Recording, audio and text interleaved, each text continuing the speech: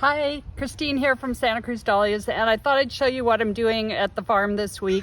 So one of the things that I like to do this time of year, most of my tubers are starting to come up, and what I do is when they start coming up and they're about this size, and sometimes the neighbors are this size, little, and then if nothing's showing in this area here, I might just dig down carefully to see if this tuber has an issue or if it's sprouting and it's just a late sprouter. So I just gently scrape aside the soil till I get down to the tuber. If I can lift the tuber just up a tad and see what's going on here.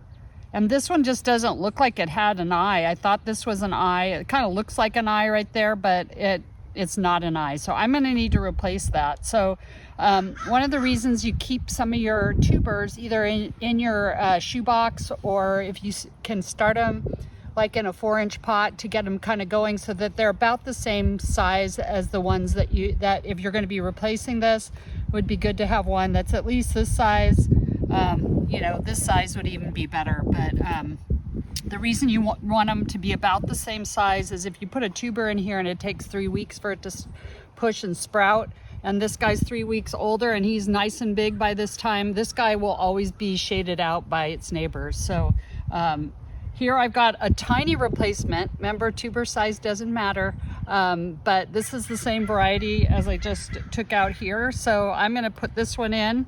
I'm gonna plant it probably right up to there, and this will be off and going in no time.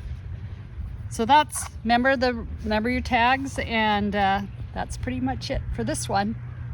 So the second and third things that we're doing at the farm this week is we are laying down compost, about 2 inches of compost over the top of our beds here. And the reason we're doing that is kind of twofold. One, it does feed the plants a little bit. Like if water goes through it, it will feed the plants somewhat. But really, we're looking ahead to the future. What we're hoping is that in about 5 years, this will be completely broken down, and all the organisms and the microbes in the soil will be fed in the meantime using that. So they need to be fed, because really the microbes and the organisms are what is feeding our plants. So we want to make sure we feed them. They need food, water, and air. So anyway, the compost does a great job with that. So every year I try to put that on, and it's basically food for them, but it also helps my plants.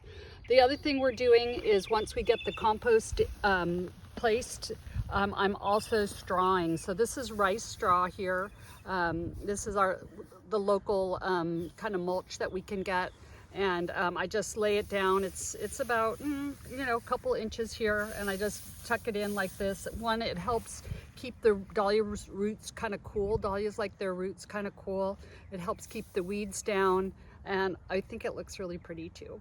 But before we lay the straw down, I usually put in my stakes, because it's harder to find holes for the stakes if you have to go through the straw. So I put the stakes in, hammer these in, and then I will add my twine to them later. And you can see over here, I've already got the twine, and I have 3 layers of twine. And if you want to see just a video on how I do my twining, you can go to the Christine Albrecht YouTube channel, and it's the 101 video. So just go to 101 video, and you can see how I do the twining. And it's kind of called the corral method, and I really like it for dahlias. Dahlias, it really benefit from being staked and twined, especially if it's windy. And so that's pretty much it. Have a good day, everyone.